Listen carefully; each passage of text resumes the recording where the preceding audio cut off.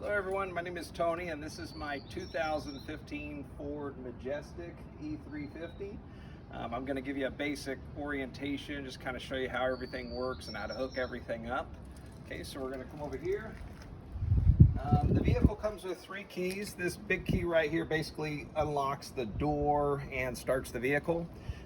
This little black key just basically opens up the little side door, and this little key opens up all the little compartments. So just basically a lock. So that's the keys. The vehicle does come with a own-in generator. You would use this if you are boondocking or you don't have any power source to connect to. So if you run the generator for more than 8 hours straight, you just actually have to check the generator oil. I'm just going to show you how to do it real quick, but that is only if you need to run it. There's a little dipstick right here. You just unscrew this, and you should see oil sitting right on top, and as long as you see oil sitting right there, you're good. So you can run it for another 8 more hours. You kind of never want to run them at night. So we'll just kind of leave this open right now. To set up at a campsite, especially you want a campsite with full hookups. And full hookups means that you have electricity, you have water, and you have sewer hookups. Some campsites only have partial hookups, to where you only have electricity hookups or water, but we're just going to simulate like you have a site with full hookups. For here, right here, this actually, when the vehicle is running, this needs to be plugged in all the time. That way it could charge up the, when the vehicle drives, the alternator kind of charges up the RV battery. So you always want to make sure that this is plugged in while driving. But when you hit the campsite, just pull this out. This is a 30 amp connection. So you plug this into the 30 amp breaker box at your campsite. And most important is, there will be a little breaker switch that you want to flip on. It'll say like 30 amp, just flip it right on. This little light will come on, and if you peek through the window, you'll be able to see like the microwave light is on, and that will tell you have full power. You also have a couple adapters. There's adapters if you only have a 110, and here's one called the dog bone. And this just hooks up to here, and you could connect to a 50 amp if you don't have a 30 amp connector. So, but the very first thing you do, hook up electricity. When you're driving the vehicle or just like parked at a stop, you only have electricity from your RV battery, which will only power the interior lights, the fans, and the heater.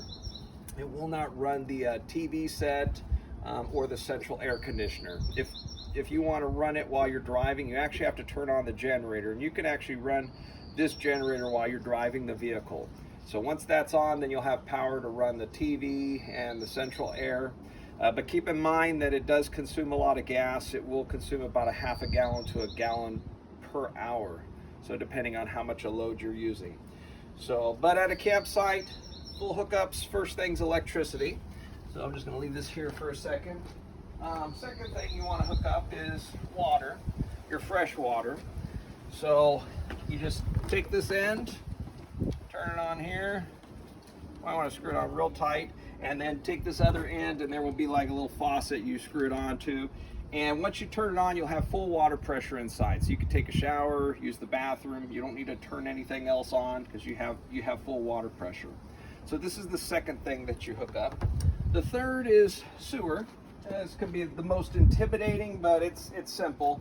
So always make sure you're using gloves. So and I always go in order: electricity, water, sewer. This is just a little cover for the cap. Right there, looks the same. Has these little dimples, and all this does is just attach just like that. And the other end will attach right into the ground. There will be like a sewer cap that you undo, and then you just plug this right in there. I do have a ramp for this inside that will kind of hold it and support it and kind of angle everything down. So very first thing, hook this up. Make sure this is in, because if you pull these valves, you're not going to have a good time. So, because you'll have some unpleasant water coming at you. So hook this up first, and once this is hooked up, then you pull this black valve first. And this is what they call the black water valve. This is actually your toilet. Your toilet is right up here. This is your toilet tank. So you pull this out and it'll flush through.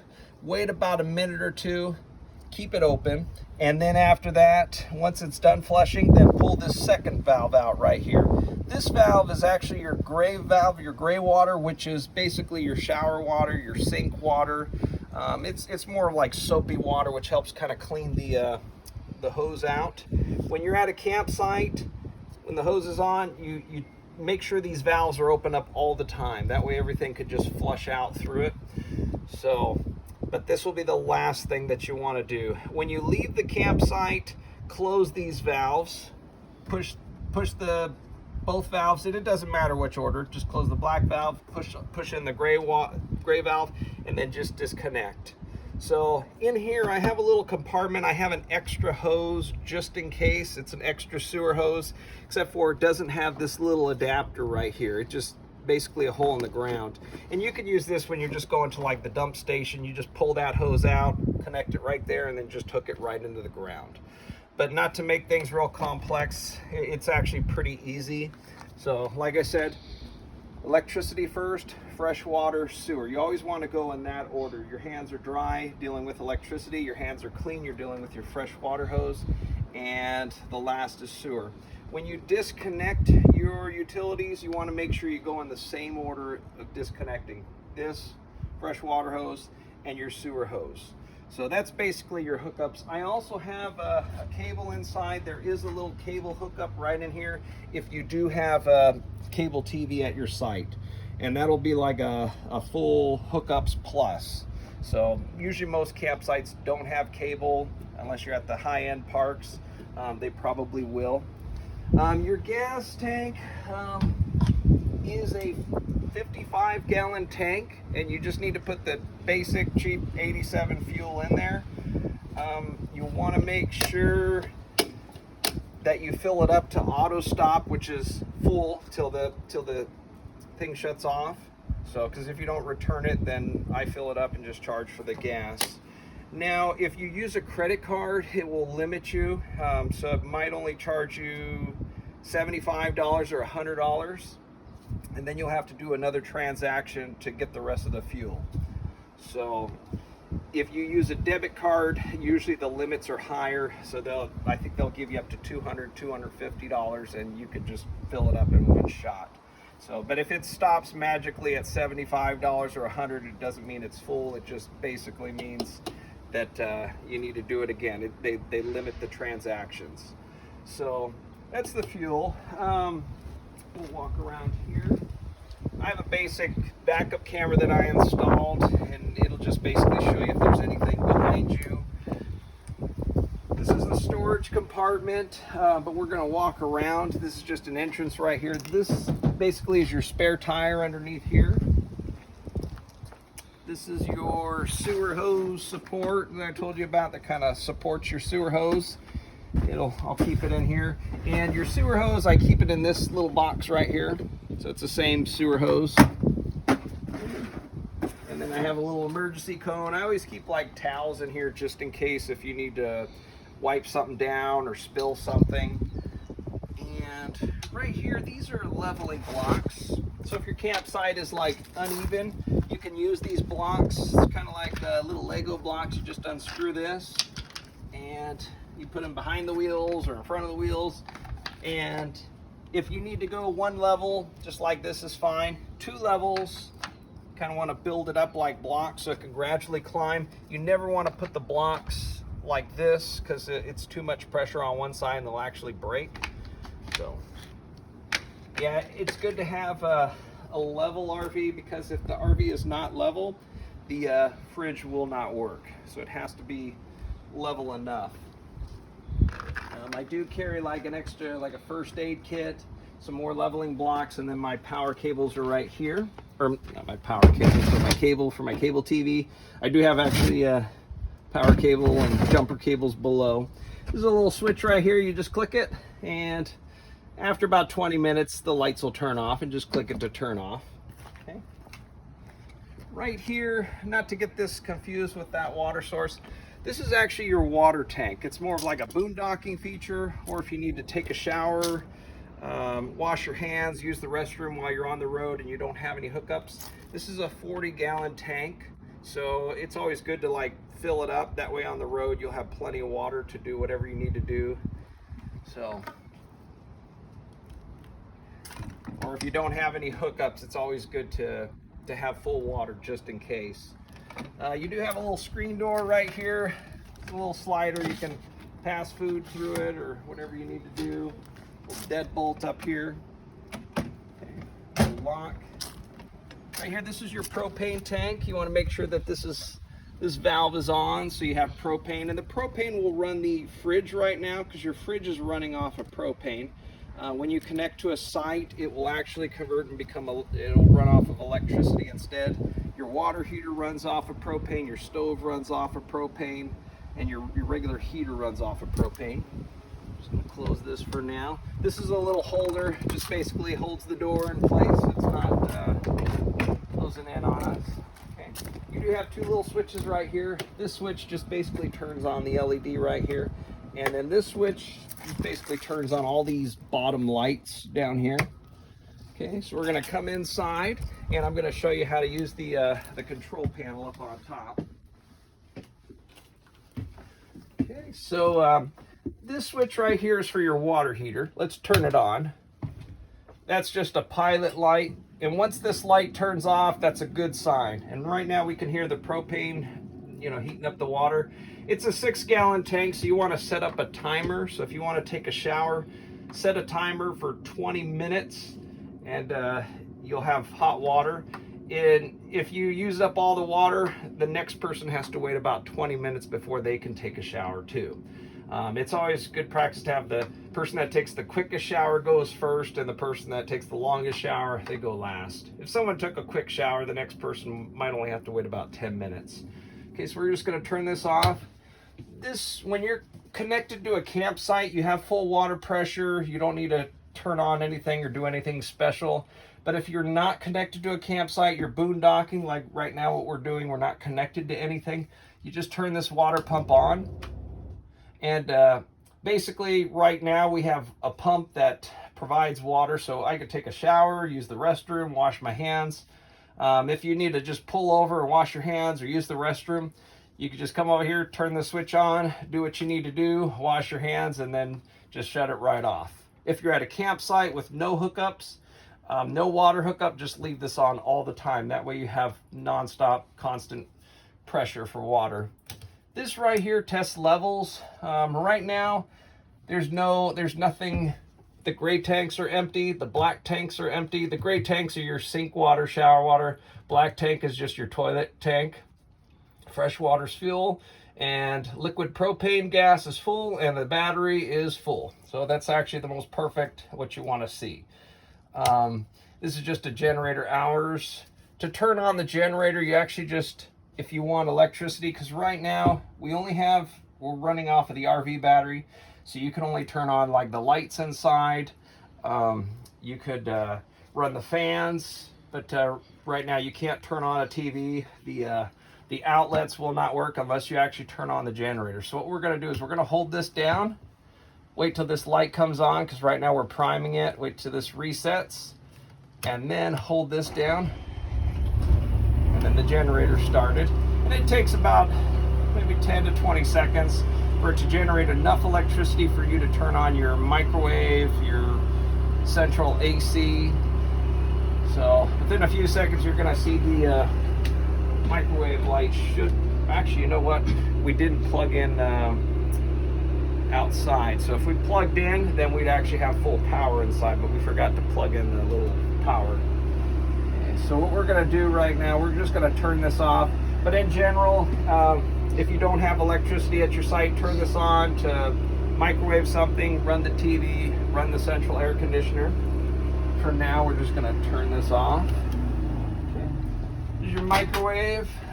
While you're driving, this plate does come loose. You kind of want to set it back into place. When you're at your campsite, this is the stove. To light it, you just basically put on light and then spark, and do the same with the others. and it'll turn on, so you'll have gas to cook with.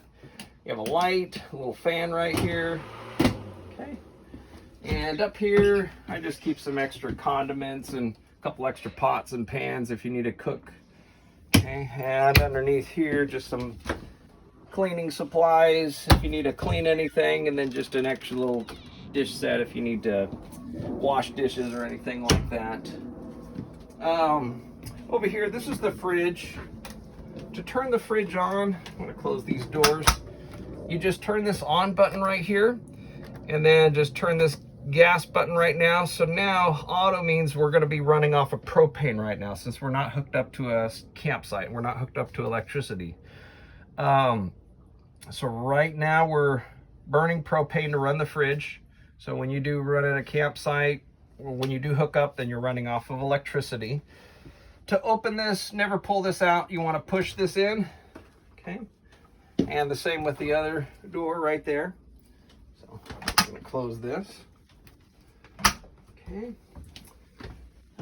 Just extra little cabinet spaces if you need a garbage can, laundry. There's a vacuum cleaner right under here if you need to use a vacuum cleaner. Okay. And over on this side, there's actually a heater. It's real hard to see from that angle. So you just basically turn this over here, and you've got a heater. So right now we're running off of propane. So, and to turn it off, you just take the thermostat all the way to the left and it'll turn off. It might take it about 10-15 seconds to blow out the remaining hot air, and then it'll just completely shut off. The sink, the sinks are real small, so they don't really have like a stopper in the back. So they do have a stopper right here. You want to make sure you keep this loose or put it off to the side, because this is down. It's just going to constantly fill up with water. Just a little storage. That's where I keep the toilet paper. As for the bathroom, the toilet, to flush the toilet, all you do is push the valve halfway for it to fill up with water. Just push it, hold it halfway, let it fill up with water, and then you do your business. And then right after, to flush it, push all the way down on the pedal, and it'll completely flush everything. Right now there's no water. I want to keep the tank empty, but when you have water pressure, you'll see it. So we're gonna come over here to the bed, or the bedroom area. There's little vents. You can open them, close them. I have vents all around. And these vents, you want to make sure they're closed while driving, because if you drive like 70-80 miles an hour, they could break off. So just keep them closed while you're driving. But when you're camping, just keep them open all the time. The bed underneath here, I have a little stair stopper. Stair cover. This cover actually fits right over there on the floor, just in case if you have small kids or animals and they might fall through. So, and it can support the weight of an adult. I weigh about probably a little over 180. So, and I haven't fell through it yet. So, right up here, this is the TV. Like I said, when you're driving, you don't have electricity. The TV will not work unless you actually have the generator on. So you can run the generator while you're driving. So you can turn on the generator, you can turn on the TV, the central air. To basically pull this TV out, just pull this cord, and this TV will swivel all the way around. So, and to put it back, just make sure you put it back into that spot. So this just releases it, and now it's back on there. To get up in this bed right here, as this becomes a full bed, just pull this down, and this becomes a bed. To climb up here, climb up on this seat, climb up on here, there's a handle up there, and then you just get up on there. If you need privacy, there's curtains. These curtains will actually, you could crisscross them and just kind of have them, they could Velcro themselves up here both ways. There's also little Velcro tabs all around. You can actually have them Velcroed all around for privacy. So if you want a little bit more room in here. This table basically becomes a bed. So, and these, you just move these cushions around.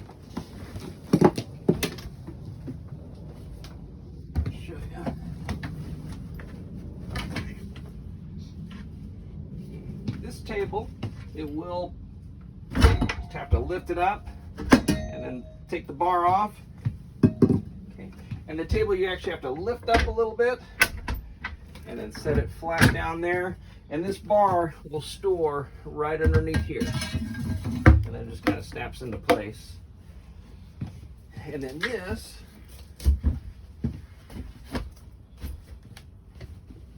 becomes a bed.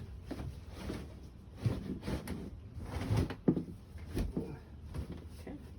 And if you have a car seat or anything like that, there are a couple of anchors you can anchor the seats to. And you have to, car seats are kind of big and bulky, so you actually have to have the table down in order to set them right, set them here. So if the table's up, the car seat will not fit. So that's basically how to set up the bed. This is the window. There is a release that can open the window, and it's actually a screen. This, you can actually pass through food or whatever you need to pass through just by opening this up. Maybe not a good idea to show the kids this, so you might jump through. This is your central air conditioner right here.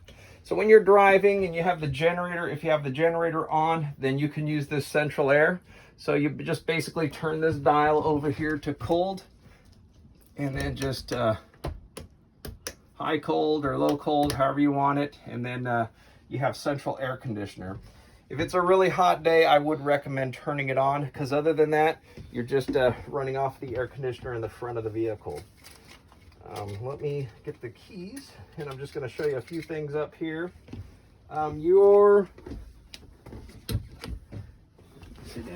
Every time you start the vehicle, it starts into tow haul mode automatically. And you basically want to turn that off unless you're actually towing a vehicle, because it'll kind of use the, it'll hold on to a gear a lot longer, burn a lot more gas. So I always recommend just turn it right off, right when you start the vehicle. There's a little button right up here on the stock, you just push it. So you want this off. So, and you basically have your mirrors, left to do left, right to do the right. The top mirrors will show you everything around you. The bottom mirrors just show you if there's anything right next to your vehicle. You have door locks, cruise control. There's no Bluetooth in this vehicle. And to turn off the vent, this only has a low and a high. You actually have to turn it off right here. Normal AC, max AC. If you want to see, the camera comes on when you put it in reverse. I actually have to turn this on. So, and the camera will pop right on. If this bugs you, because once in a while there'll be a blue light that'll come on when you open and close the doors because you're not in reverse. If it bugs you, basically there's a button right here that you could shut this off. This vehicle does have an auxiliary, so if you have like a plug-in, like a 3.5 plug-in, you just plug it right in there, hit auxiliary, and you can listen to your music throughout your entire vehicle. This is the remote for the TV. You can scan for channels. It has Netflix, Hulu, pretty much all the services if you have them. The vehicle also comes with a fast track, so what will happen is you go through the tolls, it'll calculate, and at the end I'll just calculate what the tolls are. In the back, I usually keeps extra magazines, owner's manuals, whatever you need is always right here. Okay, so now we're going to go outside. Okay. And when you are driving the vehicle, when you're turning left or right, you really got to watch this tail. So if you turn left, this tail will swing out to the right, and the same the opposite direction. So you can easily hit a car. So whenever you're driving, make sure you pull out straight, a little bit farther, and then turn. But always want to watch your tail. And you always kind of want to use somebody as a spotter to kind of spot you and guide you into the spot. You don't want to cause damage to the vehicle. When you do go to like a gas station, never turn in. You always want to make sure that you drive straight in, straight into the pump and straight out. Because if you do turn, make a sharp right turn, this tail could swing out and hit a pump. So, and the vehicles, you kind of want to take them speed limit, so just drive them about 65, maybe a little bit more, but you usually kind of want to keep it under the speed limit just to keep safe. They do take a long time to accelerate and decelerate. You always want to give yourself plenty of space. And then if you're right next to a bus or a big truck, they will kind of pull you in on the freeway. So you kind of want to gradually ease away from them, either get in front of them or behind them, because they will pull you in. Also, this vehicle, since the air conditioner is really tall, it can be up to 12 feet in height. So you kind of want to look out for trees. Even though you see the roof line is right here, the air conditioners, they always sit about 1.5 feet taller. That is the central air conditioner. And those could get knocked off by a tree. So you do want to look out for those. Other than that, that's pretty much it. So thank you for watching.